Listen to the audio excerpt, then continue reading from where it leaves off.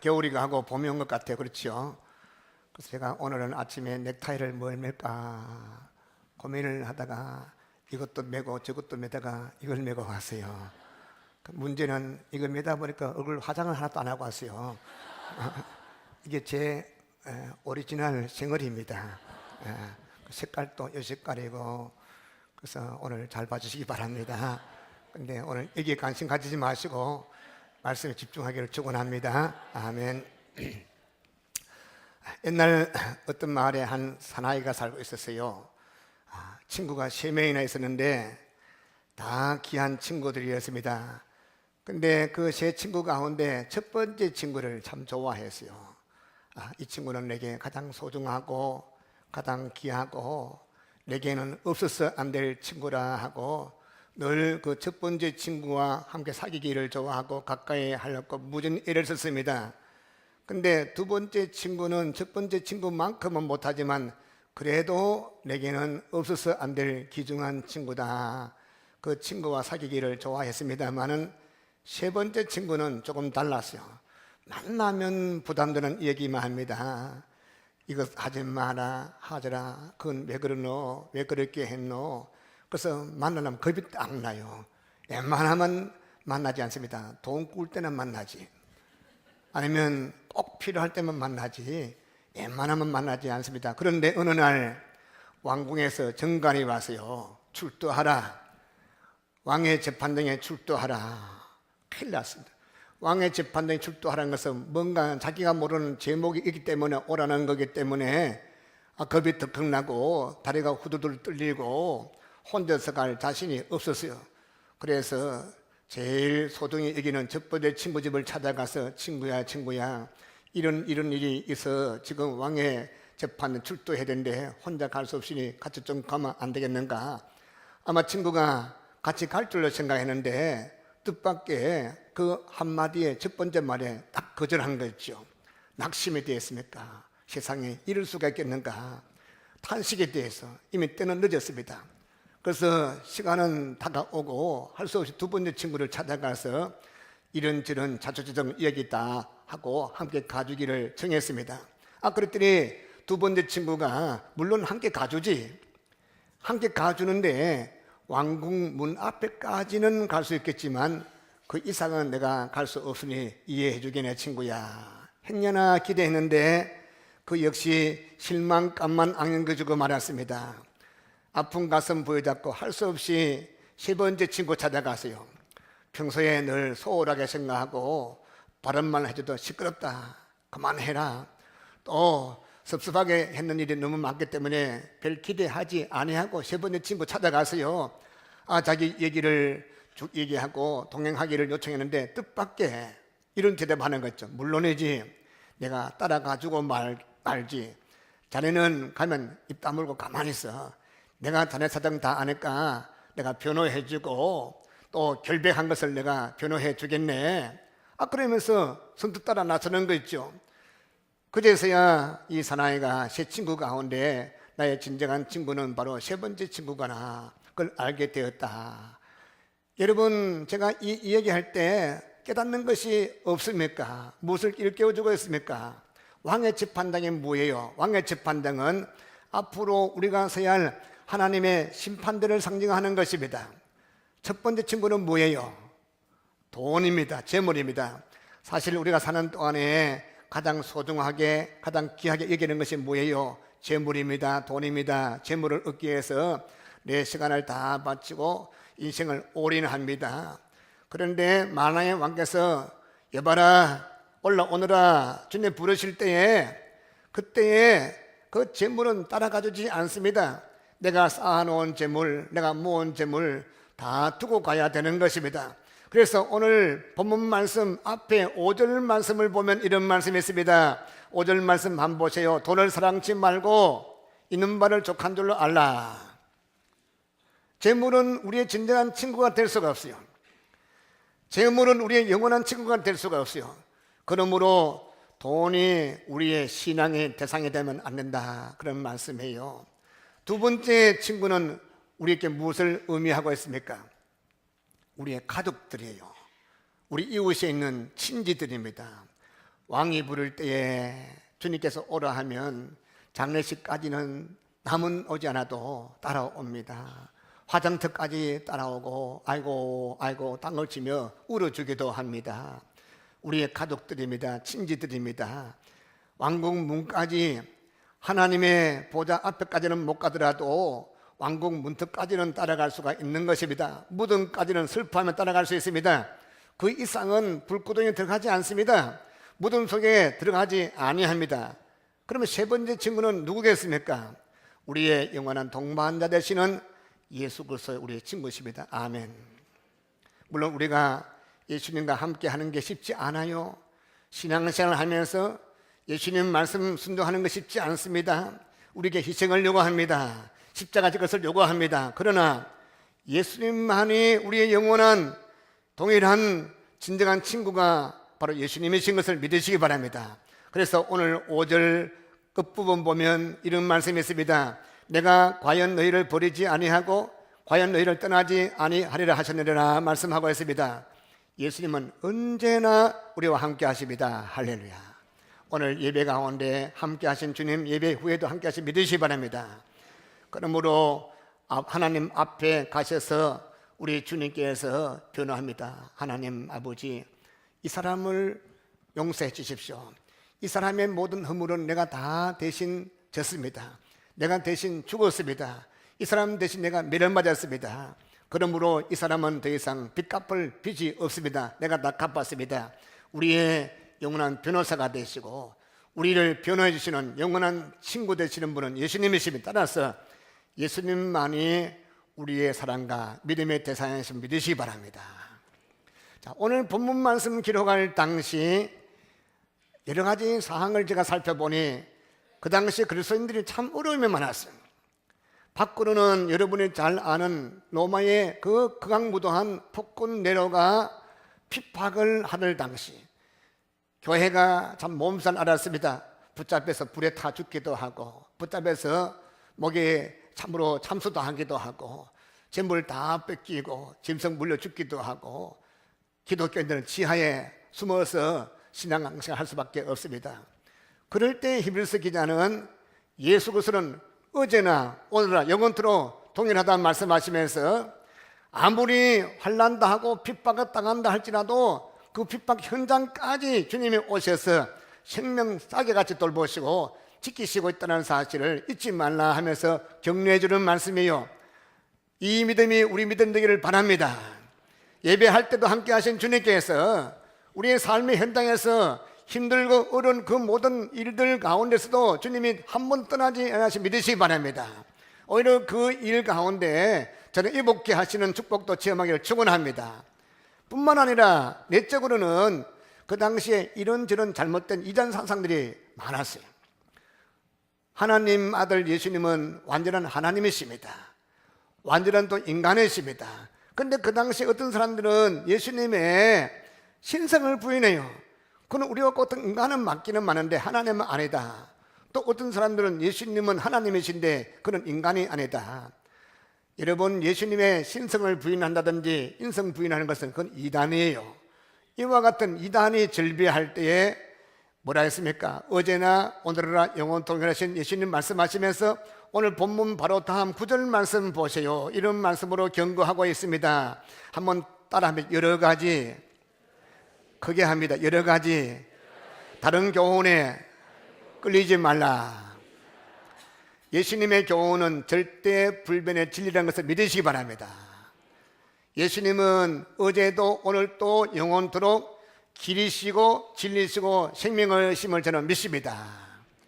그래서 오늘 영원하고 동일하신 우리 예수님을 세 가지 방면에서 간략하게 묵상하며 은혜 받기를 축원합니다. 첫 번째는 우리를 향하신 예수님의 사랑에 대해서 한번 말씀을 나누어 보겠습니다.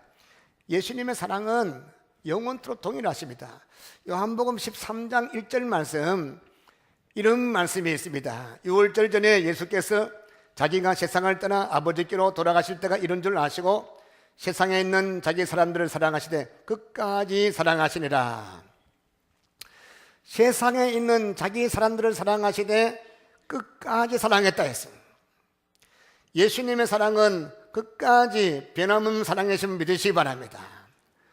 6월절 전 우리 예수님은 잘 알고 있습니다. 이제 곧 십자가 형틀에 묶여서 양손에 못박힘 맞고 양다리에 못박힘 맞고 발등에 못박히고 허리에 장자로 맞고 이제 곧 죽으실 거, 가장 비참한 십자가 형틀에 참 죽으실 것을 예수님이 아셨던 예수님 바로 직전, 우리 예수님은 하나님이시지만 이 땅에 오실 동안에 우리 인성을 갖고 계셨어요.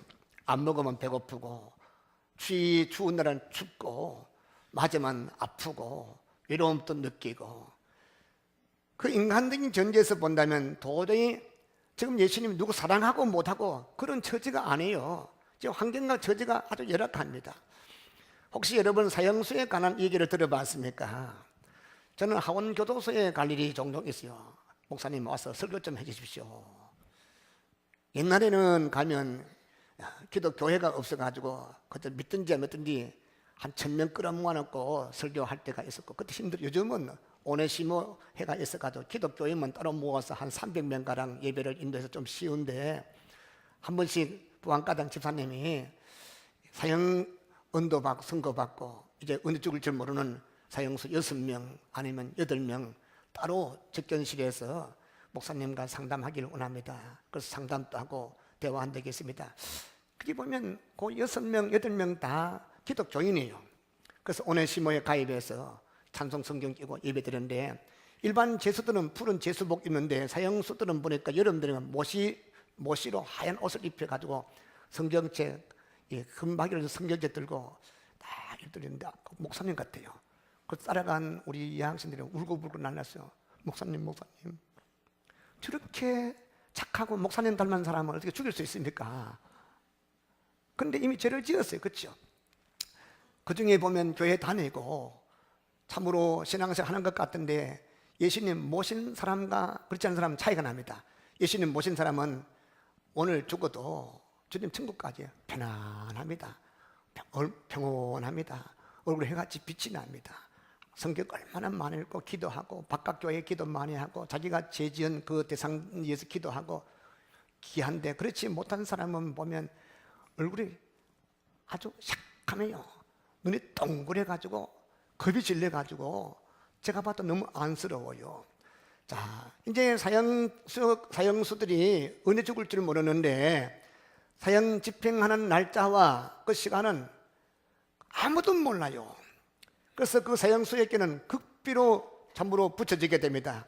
그런데 어느 한 사형수가 사형받게 되는 날 되면 담당 검사가 교도소에 도착하게 됩니다. 문을 큰 문 쫙 열고 들어오게 되면 그날은 수많은 그 죄수들이 직감적으로 오늘 너가 죽는구나 그걸 알고 조용합니다. 왜? 개죽음 당할까 봐. 사형수들이 내 혼자 죽기 싫다 해서 어차피 사람 죽이는데 또 하나 죽이자 해서 잘못 눈에 걸리면 죽을 수 있다 해서 조용합니다. 이제 드디어 이제 사형 언도받고 사형 집행당할 사형수에게 담당 검사가 찾아가면 아무 말도 하지 않고 끌려 나옵니다. 근데 쭉 갈 때 한마디 말 없이 가는데 요만한 돌이 있으면 그 돌 건너가시는데 그 돌을 뺑 돌아서 갑니다. 또 가다가 조그만 돌이 있으면 또 뺑 돌아갑니다. 왜? 3초라도 더 오래 살고 싶어서. 그래서 마지막 의자에 앉아서 목에 줄을 걸고 마지막 할 말이 있느냐 하면 대부분은 세상 원망하고 내가 죽을 죄를 지은 게 아닌데 내 말고 더 악한 놈 많은데 난 재수가 없어서 잡혀왔다, 난리 법석인데, 예수님 영접한 그런 분들은 달라요. 비록 내가 죄를 많이 짓고 죽을 죄를 지어서 지금 죽지만은 내가 죽는 순간은 내 영혼은 주 앞에 간다. 여러분 김대두 아시죠? 김대두는 17살 먹은 청소년인데 짝두 가지고 동네 할머니부터 여고생까지 17명 죽였죠. 나이만큼 죽인 사람이에요. 그래서 김대두가 짐승같이 어르른 끌 때는 서울구치소에 아무도 면회 못 갔어요. 아무도 면회 못 가고 참으로 누가 전도해도 예수는 무슨 예수 감지르고 교도소장도 꼼짝하지 못했어. 그래서 늘 독방에서 묶어놨어요. 짐승같이. 근데 안국선이라는 그런 지금 목사님 됐어요. 그 전도사님이 자꾸 기도하는데 김대두한테 전도하러 가라, 전도하러 가라. 감동받고 갔어요. 이제 우리가 사형수를 면회하려면 사형수 이름 부르지 않습니다. 김대두 안 부르고 좀 사형수 면회하러 간 사람 부르는 게 아니라 조성래 부르는 거. 제가 김대두 면회하러 가면 김대두 갑니다. 그러면 많은 사람들이 누가 악질의 형님인가 보다 하고 부끄러워 죽는데요. 근데 안 되는데 김대두 들어갔는데 두 번, 세 번 것도 만나줄 생각도 하지 않습니다. 근데 네 번째인가 만났을 때 성령께서 입을 벌려서 하나님이 세상을 이처럼 사랑하사 독생자를 주셨다 하면서 하나님은 김대두를 사랑하십니다. 그 말에 폭탄 터뜨듯이 그 김대두 입이 열리고 누가 나를 사랑한단 말인가? 어릴 때부터 사랑을 한 번도 받아본 적이 없고 한 번도 사랑한다는 말 들어본 적 없는데 하나님이 사랑한다는 말 듣고 거기에 무릎 꿇고 회개해서 할렐루야. 얼마나 변화돼 가지고 전도하는데 근데 한 5명 정도 죽으시면 뭐 도장 찍고 하면 사형수를 무기수로 감형하는데 너무 많이 죽여서 그게 안 된대요. 왜냐하면 전도를 얼마나 많이 하는지. 예수님을 영접한 김대두 또 고재봉 알죠? 그분들은 주님 영접하고 마지막 사형 은도 받고 이제 목에 줄을 감고 또 고재봉 같으면 총살 당했잖아요. 죽는 순간에 한마디 하니까 찬송하겠다. 하늘 가는 밝은 길이 내 앞에 있으니 찬송 4절 다 한 다음에 그때 덕덕 내려갔어요. 그 영혼은 천국 갔으면 할렐루야. 여러분 참으로 아무리 강심장이라는 그런 사람이라도 의사들이 와서 부검할 때 손이 벌벌벌 떨리고 발이 벌벌 떨리고 떨린다 합니다. 여러분 사형 집행은 그렇다 할지라도 이제 내일이면 내가 죽는다는 사실을 아는 사람의 그 사형수의 마음을 한번 생각해 보시오. 내가 이제 내일이면 죽는다는 것을 이제는 통보받았는데 그날 밤에 극도의 공포, 극도의 두려움으로 밤잠을 자지 못할 것입니다. 아마도 제정신이 않을 것입니다. 우리 예수님께서는 이미 아셨습니다. 내일이면 내가 죽는구나. 하나님이신 예수님이 완전한 인간이시는 예수님이 아니십니까? 그럼 예수님 마음이 얼마나 고통스러웠겠습니까? 그래서 예수님께서 그 전날 밤에 겟세마네 동산에 올라가서 간절히 기도했어요. 얼굴을 땅에 붙이고 간절히 기도했어요. 아버지여, 할만하시거든 이 잔을 내게서 옮기면 안 됩니까? 그러면서 아버지여 내 원대로 마시고 아버지의 원대로 하옵소서. 피땀 흘리며 기도하셨는데 이 한 가지만 보더라도 우리 예수님 참으로 마음속에 마지막 십자가 지기 전에 그 고통이 얼마나 컸겠는가 짐작할 수가 있는 것입니다. 그런 상황에서 어떻게 다른 사람을 사랑할 수 있겠습니까? 그러나 그러한 극한 상황에서도 우리 예수님은 자기의 사람을 사랑하되 끝까지 사랑하셨느니라. 아멘. 그 당시 제자들 모습을 보세요. 그들은 사랑받을 자격이 전혀 없는 사람들이에요. 우리 예수님께서 말씀했습니다. 내가 곧 아버지께 간다. 내가 곧 십자가 형틀에 달려 죽게 된다. 그 말씀은 들은 셈 많지. 오로지 며칠 전에 보리떡 떡석이 물고기 2마리로 5,000명 먹이고 아이들 또 할머니 할아버지까지 한 2만 명 넘는 사람을 먹이니까 여론이 우리의 왕으로 삼자, 왕으로 삼자. 지금 여론이 왕으로 삼자. 지금 곧 예수님이 임금으로 등극하기 직전까지 된 것. 예수님께서 예루살렘 성전 등하니까 많은 사람이 겉옷을 벗어 피워놓고 종려나무를 흔들면서 호산나 다윗의 자손이요 왕이라고 칭송하고 이제 누가 봐도 예수님이 왕으로 등극하기 직전이었습니다. 그러니까 이제 계산합니다. 누가 예수님의 영의정되고 우의정 자유되는 될 것인가? 12명인데 자리는 3개밖에 없는데 누가 그 제자를 차지하겠는가?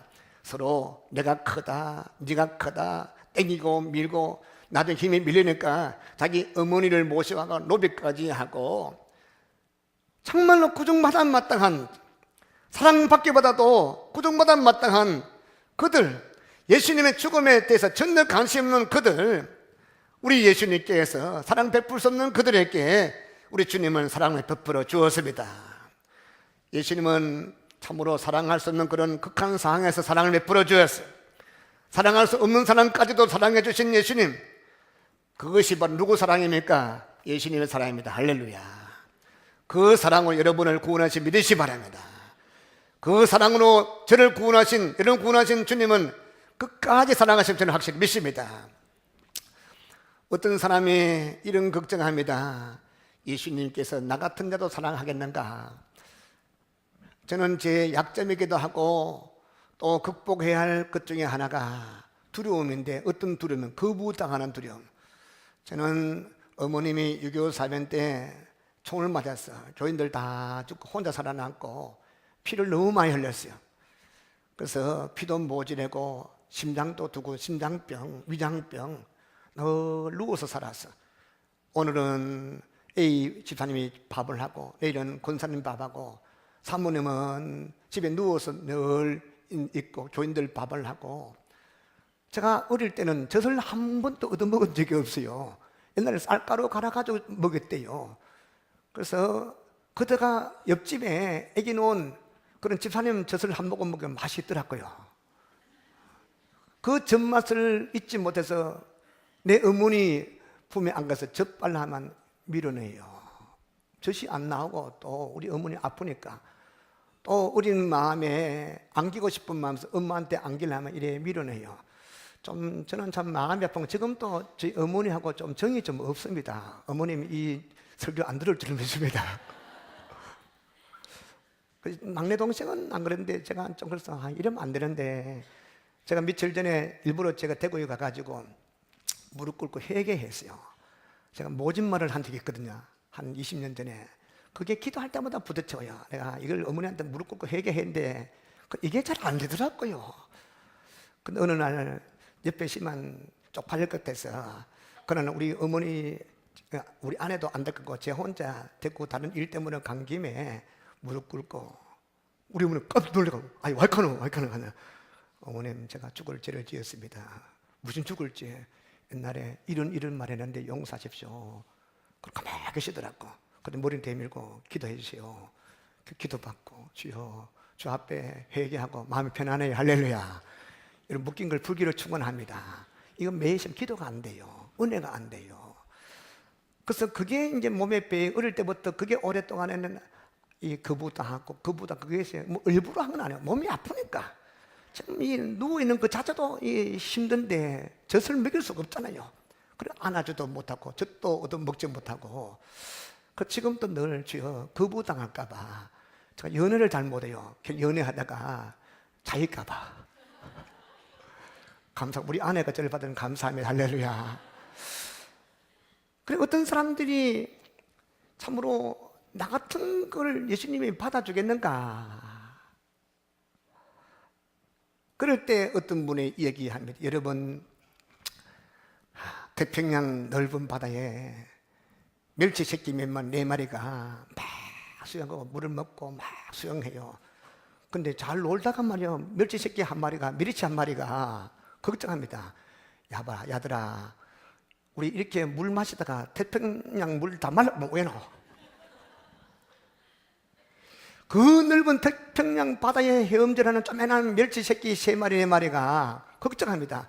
우리 자꾸 이 물 마시면 이 물 다 말라 빠지면 어떻게 하는가? 그거 똑같은 것이 우리의 근심이고 의심인 것입니다. 하나님의 사랑은 태평양 바다보다 더 넓습니다. 하늘 두루마리에 삼고 바다 먹물 삼아도 기록할 수 다 할 수 없는 것이 하나님의 사랑이에요. 할렐루야. 우리 예수님의 사랑, 무한한 사랑.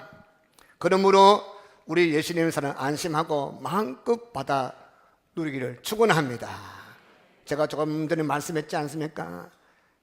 고재봉, 옛날 어른들 다 알죠? 얼마나 아까만 짝도 가지고 일가족을, 윤중령 일가족 몰살시킨 그런 못된 그 고재봉, 짝도 가지고 동네 사람 17명을 죽인 그런 젊은 청소년, 그들도 자기 죄를 깨닫고 나 같은 거 받아주십시오 할 때 주님께서 한평 강도 받아주신 주님께서 그를 받아주신 주님, 그 사랑의 주님 여러분을 용납하시고 받아 믿으시기 바랍니다.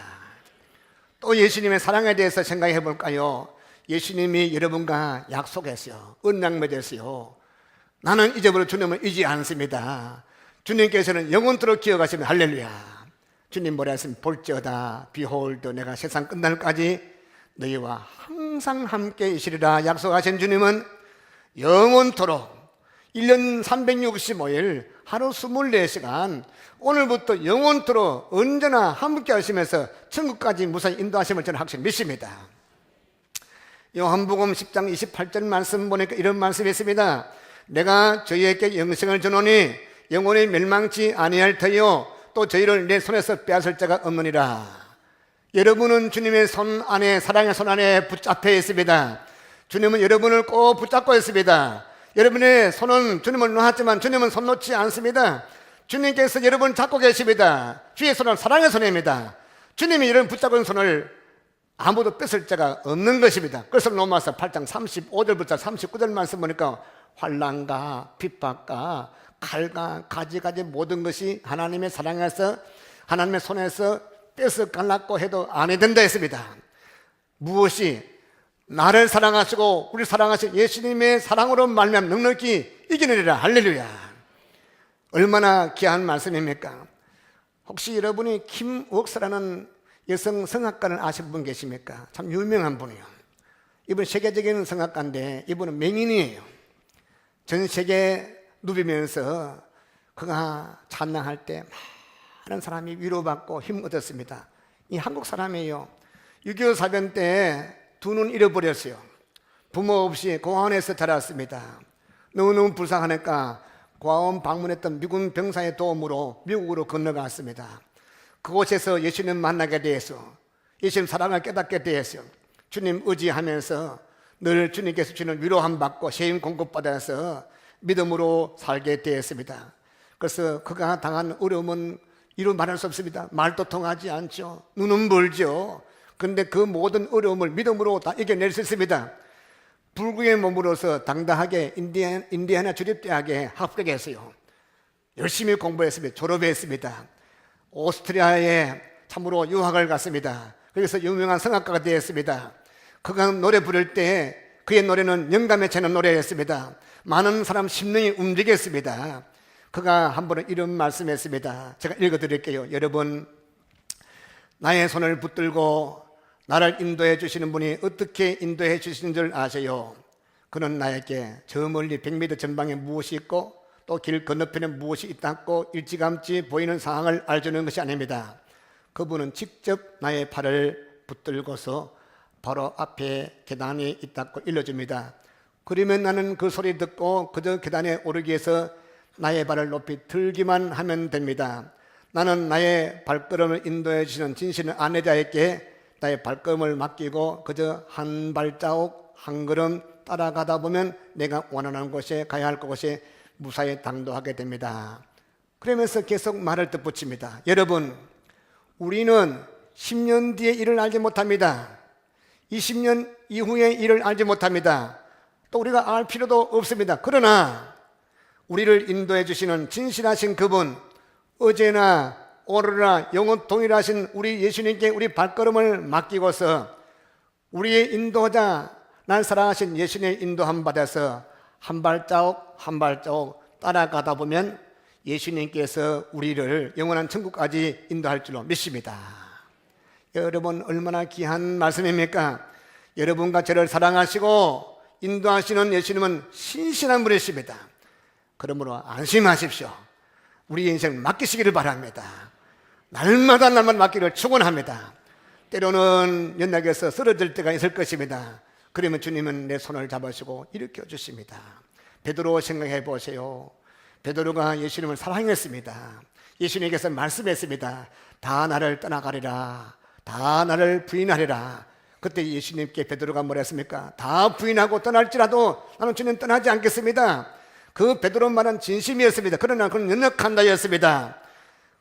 그가 나중에 극한 상에서 예수님을 부인했습니다. 예수님 모른다. 난 몰라. 상관없어. 나는 저주하면서 예수님 부인했습니다. 몇 번? 3번이나 부인했습니다. 그리고 예수님 떠났습니다. 멀리 갈릴리 바다에 갔습니다. 예수님 없는 곳에 가서 고기잡이배를 다시 끌고 나갔습니다. 그물질했습니다. 그때 예수님을 떠났던 배반했던 베드로를 예수님 찾아왔습니다. 그때 예수님 불렀습니다. 요한의 아들 시몬아, 네가 나를 사랑하느냐? 베드로의 마음에 심령을 물어보았습니다. 베드로는 실수했습니다. 실패했습니다. 그럼에도 불구하고 베드로는 예수님 사랑합니다. 예수님의 사랑하는 마음은 아직 남아있습니다. 주여 그러하여다. 내가 주를 사랑하는 줄 주님이 알지 않습니까? 베드로의 사랑을 확인하고서 내 양을 먹이라, 내 양을 치라. 예수님은 베드로 버리지 않고 다시 사도직을 허락해 주었습니다. 그 주님은 여러분도 저도 마찬가지 한 번, 두 번도 아니고 수백 번, 수천 번 주님을 떠나고 배도하고 비겼던 우리를 떠나지 않고 찾아오신 주님을 찬미합니다. 오늘 주님께서 여러분께서 믿으시기 바랍니다. 다윗을 보십시오. 큰 죄를 지었습니다. 하나님께서 그를 버리지 않았습니다. 찾아갔습니다. 하나님의 사랑은 우리가 찾아가는 것이 아닙니다.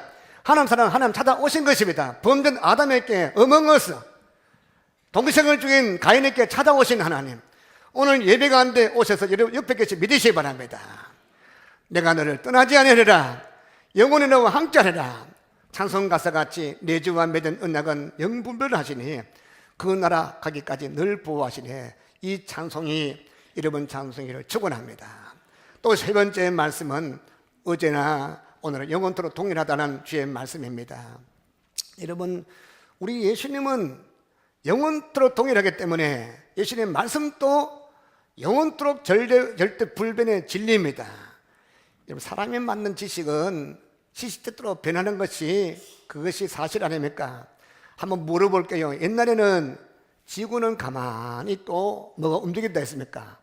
지구 중심으로 해가 돈다 했어요. 별이 돈다 했습니다. 그렇게 믿었어요. 그걸 거부하면 죽였어요. 종교재판소에서 죽였습니다. 그러던 어느 날 17세기 이태리 유명한 천문학자 갈릴레오가 지동설을 주장했어. 무슨 소리 하노? 지구도 움직인다. 지구도 움직인다. 붙잡혀 가세요. 종교재판소에서 신문 받습니다. 다시 묻노니 지구가 움직이느냐 안 움직이느냐. 가만히 생각하니까 개조금 당시에서 사실은 아니지만은 입으로는 지구는 꼼짝하지 않고 있습니다. 그래서 나가면서 둘 뗍니다. 나가면서 그래도 지구는 도는데, 그 말이 들렸잖아요. 다시 붙잡혀 가서 지하 감옥에서 얼마나 오랫동안에 고통당했습니까? 여러분, 참으로 지구가 움직이지 않는다는 그 설이 지금은 지구 움직이잖아요. 해를 돌지 않습니까? 한 바퀴 돌면 1년, 지구가 그냥 돌면 하루 24시간. 근데 둘 다 틀렸어요. 이제는 지금 바뀌었습니다. 지금은 다 바뀌었어요. 지금은 뭐라고 나와 있습니까? 지금은 달도 별도 모두 지구도 해도 다 움직인다는 사실이 잘 알고 있지 않습니까? 그래서 이 세상의 지식은 시시각각 바뀝니다. 학자들의 책을 보니까 아주 유명한 그런 이 이론도 300년 넘은 것이 없대요. 300년 넘으면 다른 학설이 또 바뀌게 되고, 이제는 100년으로 30년, 10년, 5년 팍팍팍 바뀝니다. 그래서 유명한 이건희 삼성 이 회장님이 앞으로 바뀐다. 마들어 말고 다 바뀔 줄 알고 대비하라. 여러분, 다 바뀝니다. 그러나 바뀌면 진리가 아닙니다. 진리는 바뀌지 않습니다. 물이 위에서 밑으로 흐르는 것은 천년가도 그대로 물이 위에서 밑으로 흐르는 것입니다. 사람이 100명 모여서 99명이 찬성한다고 진리가 아닙니다. 천명 가운데 999명이 찬성해도 진리는 바뀌지 않는 것입니다. 인간의 모든 것이 변한다 할지라도 우리 예수님 말씀만큼은 절대로 변치 않습니다. 절대로 보면 진리입니다. 할렐루야. 요한복음 14장 6절 말씀 여러분 외울 수 있죠? 예수께서 가라사 내가 곧 길이요 진리요 생명이니 나로 말미암지 않고는 아버지께로 올 자가 없느니라. 예수님께서 자기를 가지고 뭐랬습니까? 길이요 진리요 생명이니. 근데 내가 보는 성경, 여러분 보는 성경은 한글로 된 성경이죠. 영어 성경도 마찬가지, 한국어 성경 마찬가지, 길이요 진리요 생명인데, 원래 원전, 헬라말로 원전을 보면 길과 진리 그리고 생명이라는 단어 앞에 정관사가 붙어 있습니다. 무슨 뜻? 예수님은 여러 갈래의 길 중에서 그 어느 한 길이 아니에요. 다른 길은 없나니 유일한 한 길, 유일한 길이라는 것입니다. 이 길 통하지 않고는 하나님 갈 자가 없다는 것입니다. 예수밖에는 구원이 없다는 것입니다. 예수밖에는 구원이 없다는 것입니다. 우리 예수님은 하나의 진리가 아니고 절대 불변의 진리라는 것입니다. 또 예수님만이 우리에게 영원한 생명을 주시는 유일한 한 분을 믿으시기 바랍니다. 한동안 우리나라가 좀 시끄러워서 기독교회가 왜 감리교 신학교 교수들이 이상한 소리 해서 교회 밖에도 구원이 있다. 무슨 말인가 하면 꼭 기독교만 믿어야 천국 가는 것이 아니고 이것도 되고 저것도 되고 서울 가는 길에 경부선도 있고 호남선도 있고 중부 내륙도 있고 뭐 가지가지 길인데 그중에 한 길을 알아서 가면 된다. 좀 늦을 뿐이지 된다. 그래서 예수밖에 또 길이 있고 부분이 있는데 그중에 우리가 믿는 것은 그중에 한 길이다. 많은 길 가운데 한 길이다 한데 예수님 말씀에 정면 도전했습니다. 그중에 대표적인 사람이 누굽니까? 변선환이라는 사람이죠. 여러분, 지난날 우리 신앙의 선배들이 이 진리를 지키기 위해서, 이 믿음 지키기 위해서 얼마나 많은 피를 흘렸습니까? 소위 신학교 교사라는 것들이 다 귀한 분인데, 다 훌륭한 교수님들인데 몇몇 정신없는 교수들이, 그것도 신학대학 교수들이 예수밖에 구원했다. 감리교가 젊은 목사들이 그 밑에 배워가지고 그렇게 교회가 얼마나 시끄럽습니까? 그렇습니다. 아무리 이상한 주장을 펼쳐서 진리를 짓밟는다 할지라도 진리는 무너지지 않습니다. 할렐루야. 오늘 본문 바로 뒤에는 말씀같이 여러 가지 다른 교훈에 끌려서 안 된다 그런 말씀이요. 예수님 말씀은 어제도 진리고 오늘도 진리고 영원 진리 믿으시기 바랍니다. 구약의 성도들은 오신 메시아 예수님 믿음으로 구원받았고 신약의 성도들은 오신 메시아 예수님 믿음으로 구원받았습니다. 할렐루야. 오직 믿음. 할렐루야. 그래서 우리 서문교회 성도들과 우리의 신앙은 반드시 예수 중심 신앙 되기를 축원합니다. 예수 밖에는 절대 구원이 없습니다. 우리의 신앙은 반드시 성경 중심의 신앙. 할렐루야. 신구약 66권 이외에는 다른 진리 주장한 것은 잘못인 것입니다. 왜 캐톨릭에서 나왔습니까? 그런 성경 말고 외경, 미경을 믿지 않습니까? 성경 말고도 행위를 의지하지 않습니까? 오늘 오직 진리의 말씀, 신구약 66권 이 진리의 말씀 믿을 뿐입니다. 할렐루야. 뿐만 아니에요. 예수 중심의 신앙, 성경 중심의 신앙, 또 한 가지는 우리 신앙, 교회 중심 신앙 되어야 되는 것입니다. 우리 믿지 않는 자들 복음 전함으로 구원의 통로가 우리 서문교회 되기를 축원합니다. 교회 잘 다니고 있는 사람만 찾아다니면서 골라서 자꾸 끌어내는 그런 못된 것들이 있어요. 교회 바깥에 구원 믿고 영생 얻게 하는 일보다도 열심히 교회 다니는 그런 기독교인들만 찾아다니는 그런 못된 무리들, 신천지, 여호와 증인, 여기 하나님의 교회, 그 사람들은 뭡니까? 예수님이 메시아가 아니에요. 안상홍이 메시아예요. 그들은 참으로 그들이 주장하는 사람이 메시아고 예수님을 믿지 않은 그런 사람들, 다 이단들인 것입니다. 여러분, 그런 데는 가서도 안 되고 또 만나서도 안 되는 것입니다. 예수님은 어제도 오늘도 영원도 동일한 사실 생각하면서 우리 성도의 신앙, 우리 교회 신앙은 예수 중심, 성경 중심, 교회 중심에 축원합니다. 하나님께서 우리 교회 오늘까지 지키시고 말씀에 굳게 서게 하신 주님, 우리 주님께서 옛날에도 함께 하셨듯이 지금도 함께 하시고 주님 올 때까지 우리와 함께 하시고 교회와 함께 하시고 많은 구원받는 축복기를 저는 축원합니다.